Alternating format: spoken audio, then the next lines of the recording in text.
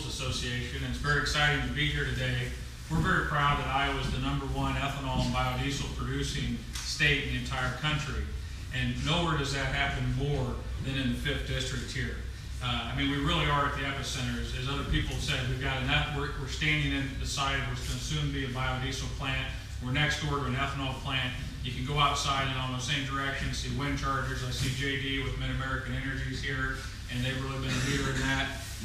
We can go just down the street and we can buy our E10, our E30, or our E85, and our biodiesel blends down there. So, I mean, there's nowhere in America where you're closer to every form of basically renewable energy, almost every form of renewable energy that's out there. In fact, those sitting by the window and keeping warm are getting a little solar energy. So, in addition to Mike and Elaine, who you've heard from, I do want to recognize Denny Mauser with Western Iowa Energy, who's here, another biodiesel plant in the district, and then Gary Grotejohn with Little Sioux Corn Processor just up the road, another one. They're all on our board here. And we're just excited about being able to feed and fuel the world. We've come through we're right in the middle of harvest. We've seen the corn rolling in next door, where we've gone through some of the most challenging times we've had in the farm sector for a long time, and Iowa's farmers stepped up, and we're going to have a very solid harvest. So we can feed and fuel the world. And we're getting more efficient. Mike referenced a project they're doing next door that they think will add 10% efficiencies to their production. So think about that. We're getting more corn and beans off of each acre. And then with continued investment, we're getting more renewable fuels out of that bushel of corn and beans. So in other words, we continue to make renewable fuels even more renewable than they were. And we've just scratched the surface, folks. There's a lot of technology out there where we're going to be taking corn oil off of ethanol plants and using the biodiesel plants, you know, maybe growing algae with CO2. I mean, who knows? The sky's the limit. But the other thing that a lot of people don't understand is we do feed and fuel the world. Everyone focuses on the ethanol or the biodiesel. But when we take, let's say, use ethanol as an example, when we take the corn into an ethanol plant, it doesn't just all come out as ethanol. 1/3 of each of the bushels that goes in there comes out as a feed co-product, distillers' grains. And a lot of research is going in to make those more available, not just to the beef and dairy cattle, but to the swine industry and the poultry industry and all the others.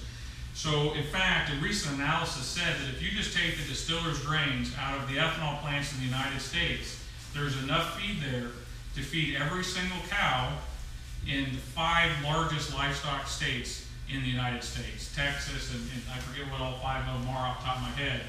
That is a tremendous amount of feed. We are feeding and fueling the world. And it's just exciting.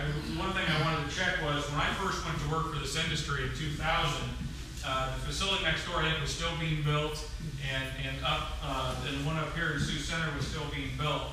So basically, I'm not sure how much of this was here in 2000, if any of it, but not very much. There was one biodiesel plant in Sergeant Bluffs, and basically a couple of these were under construction, and none of these others existed, even on paper, let alone groundbreakings. This has all happened since the year 2000. So when people say, oh, geez, it's a mature industry, or, you know, different things like this, we've just scratched the surface. We're going to see a lot more opportunities like this. We're going to see a lot more offices like this. To think about this, these offices represent people, Iowans who maybe would have graduated from college and moved out of state. And they get to stay here. There's a farm kid from the state that's kind of excited. Or even if they want to, you know, go out and see the bright lights in the big city for a couple of years, that's okay. They'll wise up and want to settle down. Then we'll have a good job for them when they come back. But with that, I just want to, you know, we would not be here without leadership. And in our business, actions speak louder than words. And I think it says a lot when you get elected to Congress, and the very first thing you do as a congressperson is you introduce a bill which is going to set the foundation for turning a couple of these that were under construction, one of these in this whole list you see here with the bill Congressman King mentioned, extending the tax credits and things that get this going. That's how we get things going. And you don't make progress sitting down. And as I think we all know, Congressman King, when he believes in something, when you know he's right, when he has the facts on his side, he's not afraid to stand up and let his voice be heard. And we really appreciate that. Our industry, as some of you might have noticed, has come in for some attacks recently. But the truth is out there. We're going to continue to put the truth out there because this is exciting. For the first time since the last oil embargo, when we use less foreign oil, not because we decided to, but because they decided to. For the first time since the last oil embargo in the 70s, over the last 2 years, we're using less foreign oil than we did before. We've actually reduced it about 5%. And the main reason is because of these ethanol and biodiesel plants you see here today. And that is exciting to me. Progress is being made, and it's happening because of leaders like Congressman Kenny. So we just want to thank you very much. And I'll turn it back over to you. Thank you, Monte.